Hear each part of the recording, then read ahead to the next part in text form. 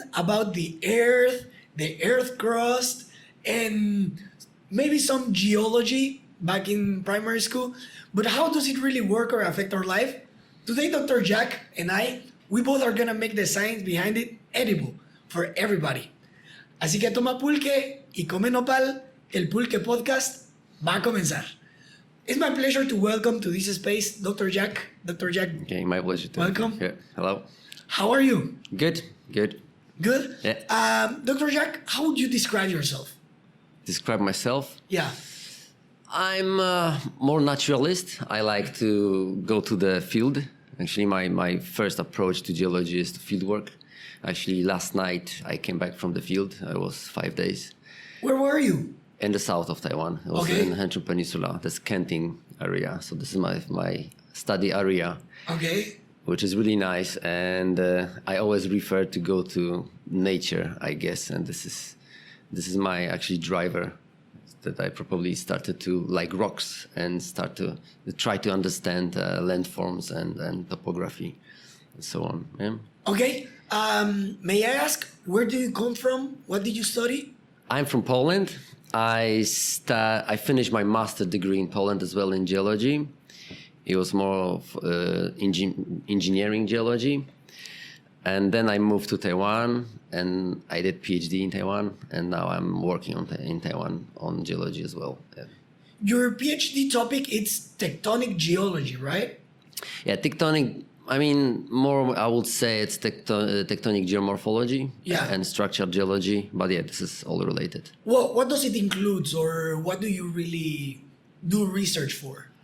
My research mostly is related to structures of the crust of surface. So the shallowest part of our Earth crust. Yeah. How it behaves, how we have fault, how we have displacement, or maybe we have some folds and all these formations that actually in Taiwan is really interesting because they're active. So we can measure them, we can observe them. So how surface behaves due to some tectonic forcing and some mechanisms that actually shape our surface. So tectonic means we relate to folds or to A fold. I mean, fault is the displacement of if you have earthquake, you have fault displacement, right? So actually we have a lot of earthquakes in Taiwan, tens of earthquakes. Tons. Yeah. I think yesterday there was one. Yeah, probably. I mean, Yesterday, March 15, people. March 15. That tens of earthquakes a day, actually. Yeah. We have monitoring systems, so actually Taiwan is constantly shaking. I mean, we don't feel it because they are small, but right, this is really interesting for us. We call it micro earthquakes. So we can study them, we can measure them. So it depends the location, the depth, and the propagation of waves. Actually, we can study, we can suggest the structure of formations. How do you measure it, or how are those sensors? We call it geophones. It's something like this microphone just you put in the ground. Yeah. And they detect waves. So we have movement of the earth. They are very sensitive. Yeah. So we have 3 axes. So 2 horizontal, 1 vertical. So it depends of this very, very slight shaking of the ground. Actually, we connect it to one net. Yeah. And then we process it, and we see the propagation of waves and how they go through layers, through structures, and then come back. So we can actually study it this way. This is geophysics, actually. It's not my field, but of course I have to understand that and also relate to that. Yeah, many people were trying to ask, they're related to a little bit more to the earth mechanics of why does it move and all of that. But I think we can leave it for another podcast. Today I would like to ask you, you studied your PhD in 2004. Right. And since then, have you been all that time here in Taiwan? All the way in Taiwan. Actually, I came a little earlier. Actually, I was also, firstly, before my PhD program, I was a research assistant, actually in Institute of Geophysics. And then when the project ended up, they proposed me, they said, Jack, you can start PhD program. So this is what I did. And since then, I'm all the way till today in Taiwan. Yeah. And I've seen that you've taught some courses in Chinese. Well, if you that long in Taiwan, obviously you have to learn some Chinese, right?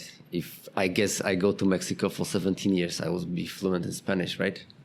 Well, yes, but China, there are many people that have been here for 20 years. And I mean, yeah, it's true. I mean, Chinese language is challenging, and we have to really, I mean, especially at the beginning. For me, I mean, for us, for foreigners, to learn Chinese, my recipe is when you come to Taiwan, first 2 years, and you want to learn Chinese, first 2 years, you have to devote to Chinese. Yeah. Like really forge it. Then after 2 years, you can release. And actually, it's coming. Then you learn like other languages from the street, from people. But yeah, it's true that actually you have to sacrifice some Saturdays and clubs and party just to, because for sure. it's quite hard. You know, it's different system, right? Different grammar, different pronunciation, and no. Yeah, but how about teaching a class, actually? I mean, you are a PhD, you need to give a class about the Earth. Was it like challenging to grasp? Because something is to know the words that you use in the streets. Well, And something pretty different is to give a class in that language. yeah, of course, but you know, it's a matter of learning. It's new vocabulary. So, of course, when I prepare my course, which is 1 semester, for example, it takes me a few weeks or a few months actually to prepare. So at the same time, I prepare vocabulary. So actually, we study all the time. Even we are teachers, so we teach. But actually, I don't teach Chinese all the time because I have a lot of international students. So you prefer to teach in English? I mean, they prefer because they cannot speak Chinese. So actually, I'm asked to turn to English. Though, if it's possible, I also try to teach foreign students, international students, some Chinese. So this is in Chinese. This in Chinese is like that, something like that. That's very cool. And may I ask going a little bit back to your research topics, how rocks are formed? How you just said that Taiwan is a place that it's moving. Yep. So what does it mean geologically? And Taiwan is an island. All the movement of the crust is related to tectonic plates. Yes. Probably everybody we will remember from junior high school, senior high school. So we have plates that keep moving. This is our crust that is actually cut, and the main engine for this movement is heat of the core. So we call it currents, right? That coming from deep of the earth. Convection currents. This is actually the same as you cook, for example, soup. So when you have heat source at the bottom of the pot, actually everything goes up, and then when it cools down, calms down, actually goes down. So we have this circulation. So we have this kind of circulation in our Earth, but in a sphere shape.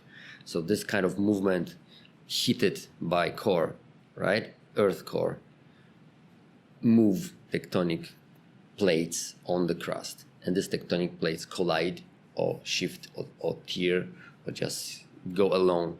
And this actually is rated to very high friction, very high pressure. So we have earthquakes, we have movement.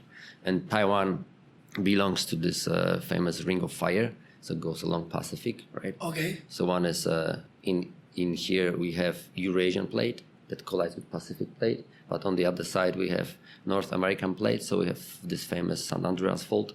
That goes from Mexico. Yeah, so we have this ring of earthquakes, a ring of movement of the plate. So actually, when you speed up life of Earth, you will see that all those plates always keep moving, like things on the top of soup. When you keep cooking, they keep moving, keep colliding, right? Actually, it's the same mechanism, but very slow. And for our human scale, every friction release is earthquake or can be really big shaking. Yeah, we all have listened.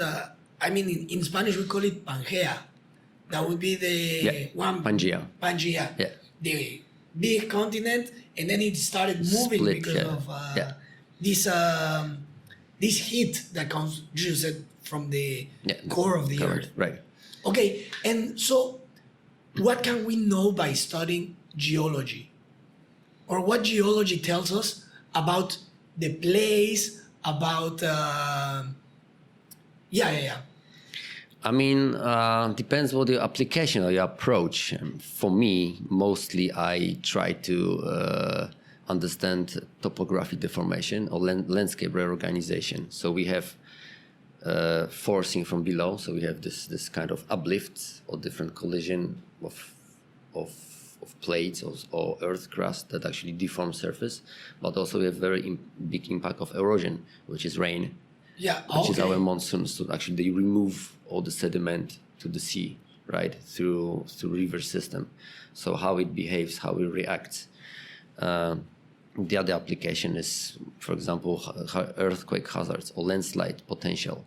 Also, it's a very big issue in Taiwan because of landslides, especially in high mountains, that indigenous people living in high mountains, they're subjected to high risk. Yeah. Because every earthquake or every big monsoon or typhoon, as probably you know, triggers a lot of earthquakes. So this is also related to geology because we have structures that actually they can, when you have layers this way and you have slope the same way, actually it's very, very easy to slide it down, and this can slide down a few meters of the rock, and the slope can be few hundreds of meters, taking all the for example, one village. There's one example, Typhoon Morakot 2009. It was quite destructive typhoon. It was very famous. I think everybody knows about this typhoon. There was one village buried under landslide with all people, 500 people buried alive. Yeah. So this also approach of geology is how to understand formations of mountains, of hills, of ranges, how they impact on human. And all kinds actually also can be related to some gas hydrates, so our future potential energy. This is more related to offshore studies. In Taiwan, we have a lot of projects on seabed that we can study gas hydrates. So this is kind of, we call it future energy. It looks like ice cube. Yeah. Actually, you can burn it, you can hold it, and it's like a flame coming out of it. And apparently Taiwan is a very nice potential source of it. But this is still developing, and we try to find it and try to kind of understand how to take it or how to use it in future, something like that. I was gonna say that one of the deformations that you say is, of course, the mountains. Yeah. So when two plates come and collide, they will make a mountain, and it depends like on making it higher, right? Something like that, yeah. Or I mean, typically in Taiwan, our geometry, actually we have collision of two plates, that one goes under the other one. But because of that, we have this scrapping of the surface. And actually this builds a crescenary prism because this scraps the top of this plate. And actually this is Taiwan. Yeah. So this actually, when you scrap, and while this is going down, subducting, we'll have like a build-up of formation.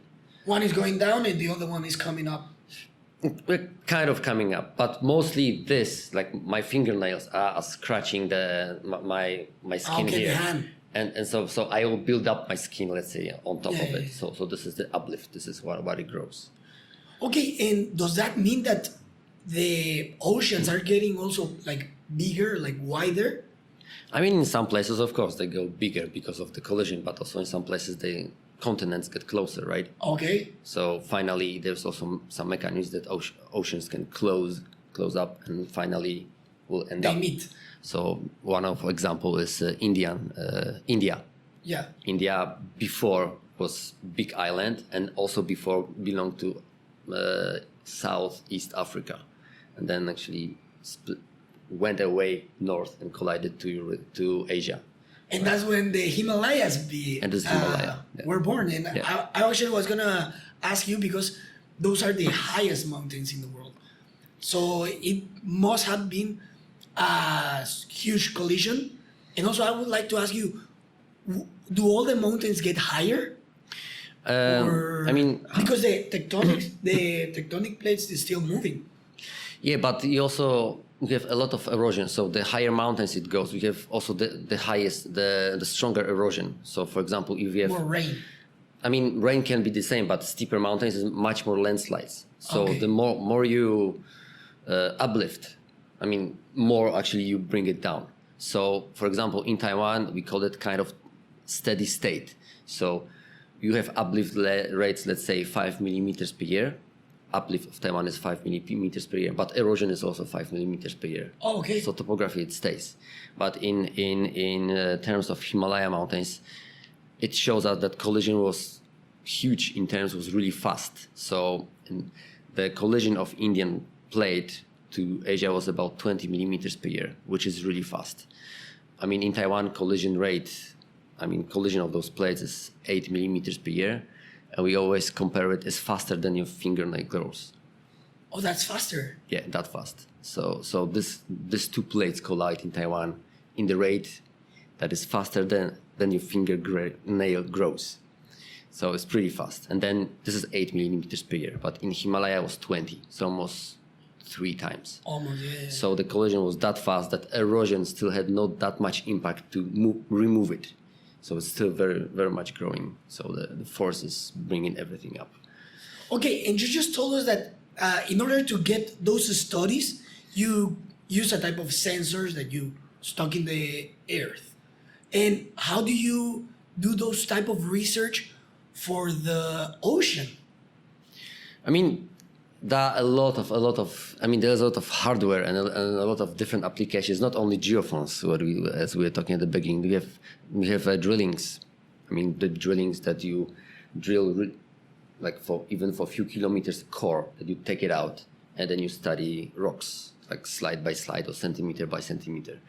Or you have in the oceans, as you say, you have a lot of. For example, we call it Sparker, or we have Sparker. I mean, okay.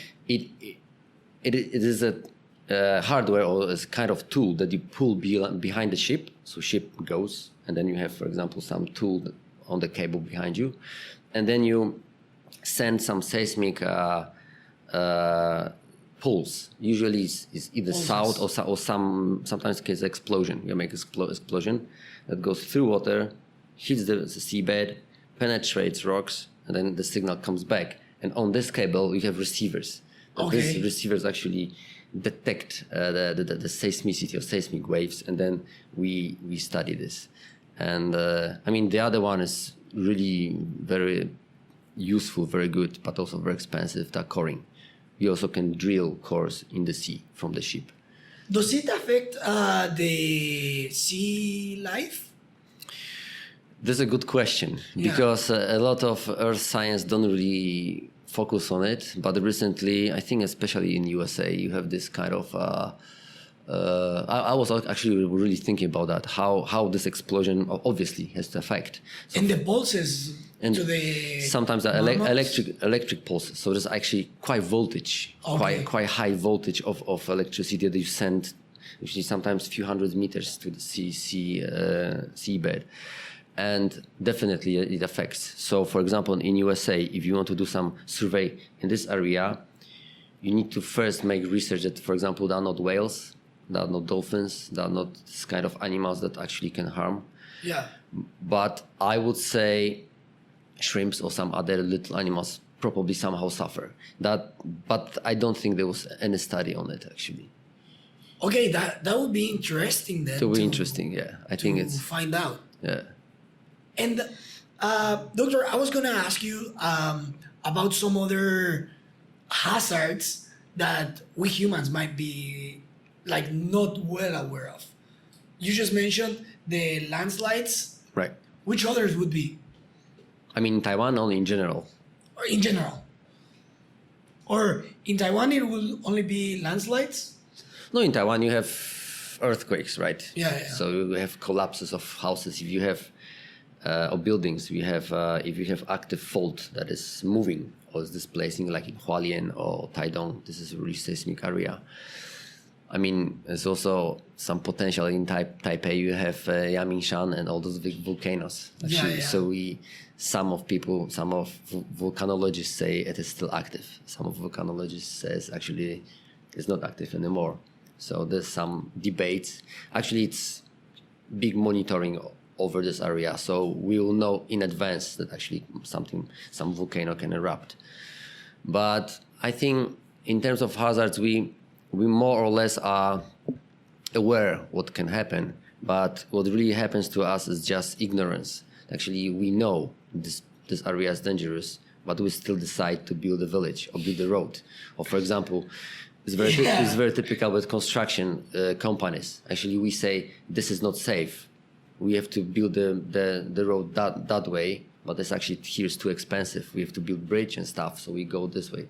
Right, if you do this way, you undercut the slope, and then you have a landslide. So there's always like struggling money, safety, and there will be. It's okay. I mean, we'll survive. If we survive 20 years, there's somebody else problem, right? 没关系, yeah. And after that is 不好意思. Yeah, of course. After years, it's not gonna be 没关系, it's gonna be 不好意思. That for the people who don't know Chinese, 没关系 there's no problem. Yeah, it's okay. It's okay. It's okay. It's fine. And 不好意思 is like, I'm sorry. Yeah. Oh, excuse me. I apologize. I apologize.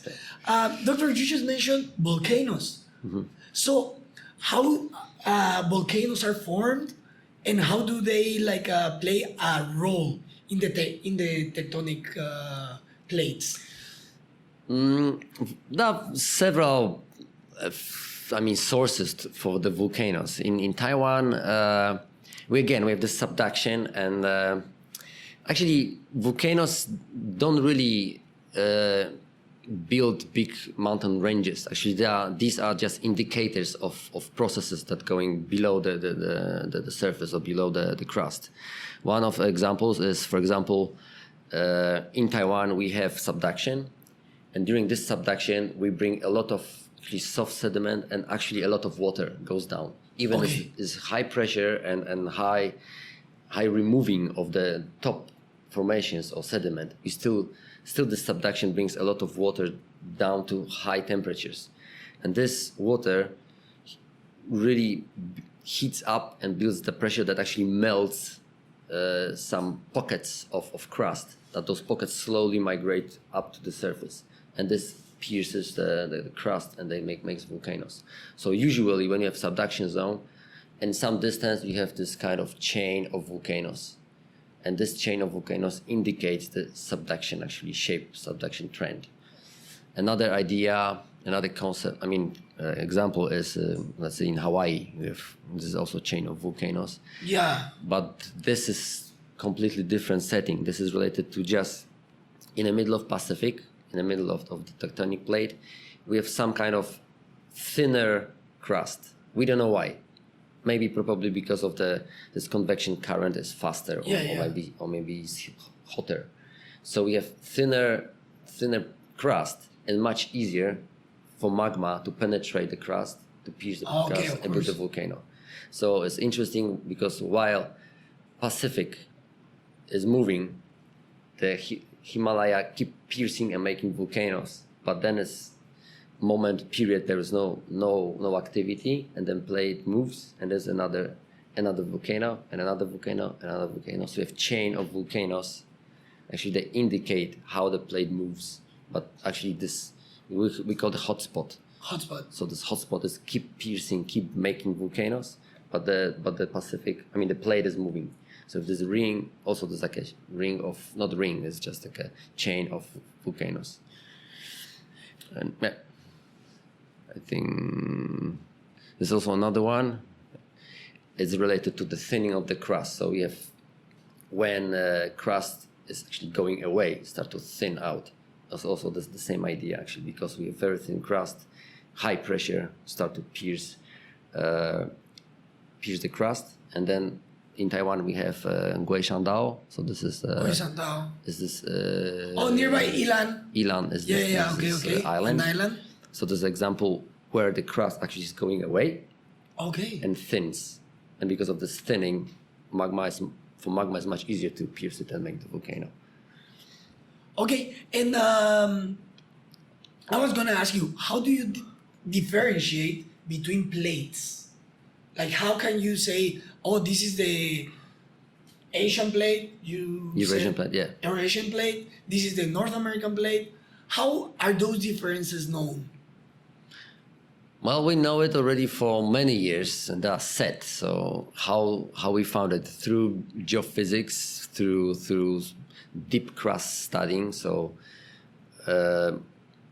all the structure geology. Actually, we know boundaries between them. So, for example, if we here have very active boundary between one plate and another one, actually we know that this is one chunk of the crust, right? Okay. And until some, let's say, a very big activity, very big earthquake area, then actually we study this, we try to understand this, and actually we see this folds, this displacement is the thickness of the crust. So actually is something, the crust scale movement. So probably this belongs to another plate. Okay. For example, in Atlantic Ocean, we have Atlantic Ridge. This is where the heat comes out and splits this Atlantic Ocean away. Yeah. So we have North America, for example, going away from Europe. So this is also kind of boundary. So between these two places actually going away from each other. Okay. Doctor, talking about geology, what do you think about the geology in the movies such as Star Wars? Yeah, I was waiting for this question. I mean, Me well, too, honestly. I'm a very Star Wars fan. it's science fiction, or I don't know, maybe not science. I shouldn't call it science fiction, saga, but I don't think they really. I mean, it's pure fiction. So in terms of geology and exploding planets, and it's not really related to our physics.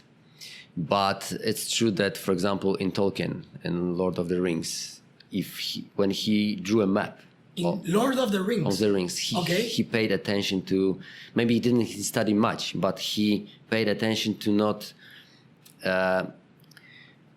show something that shouldn't exist. So, for example, if you have areas of volcanoes and active lava and flows, you have very sharp mountain ranges. And when geologists studied his map, I don't really remember details, but actually it makes sense. It's not that fiction. So he turned attention how to make ranges, how to make some landforms of plains that are kind of related to reality. But in Star Wars, what do you think about Tatooine? That it's a planet of deserts. I mean, well, in terms of planetary and all the studies, yeah, of course, we have different planets and we have kind of related to that. But, well, first of all, if you need to have life and you need to have people walking on sand or deserts, you need to have atmosphere. Otherwise, if you have atmosphere, so if it's completely desert, right? Is it possible? Well, maybe if you have, but then how is the humidity? How is the sunrise, sunset, right? I wouldn't much pay attention to that. It's interesting. I don't think anybody will consider you have huge crystals on another planet, right? That grow in some other special conditions. I mean, it's possible, but then maybe it's not possible for humans or for living to be there or to breathe, because actually you couldn't. From one planet, you cannot go to Mars and walk and breathe, right? Yeah. And this is actually the closest planet.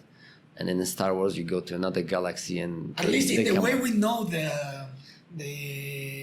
life here on Earth, right? Yeah. It wouldn't be similar to ours. Yeah, but, you have actors. I mean, you have... Carbon, hydrogen. And... Yeah, but in Star Wars, you have... name whoever, just, let's say even maybe stormtroopers, no, but just Chewbacca. He's okay in this atmosphere, but it will be... Why he's... All of them are good on the other planet, right? And there's no difference. Yeah, and temperature is good, atmosphere is good, breathing oxygen. Apparently, for them, it's like Han Solo, right? He's human, right? Yeah. But he travels all the way. Whatever he goes out, it's okay, right? So I think it's already like a little okay. Just don't not pay attention too much to that. Yeah, I think it would be too complicated to be that reality. But I think from my point of view, it's something very interesting. And what are other movies that impressed you? Like you just mentioned Lord of the Rings, that they took in count Yeah. geology. Yeah. Are there any others? Let's say Avatar, the one of the blue No, yeah, people? I know what you mean. All And those I remember. mountains. I mean, of course, not flying mountains, but I mean, you could have, let's say, uplift and mountain going up to the sky when you have no erosion, if you have no rain at all, and you have nothing that can remove them down. It's somehow possible, but I don't think those movies really pay attention to that. They pay attention to nice landscape fiction. of fiction, just good looking and catch attention. And it, to me, was not. I don't think I found anything, especially in science fiction, just like something like related to geology. What caught me once, I don't remember which country, but it's geology in army. So Okay. they study a lot of geology for the landscapes, for different areas, to, for example, make special camouflage. You want to bring a tank and make a camouflage on it.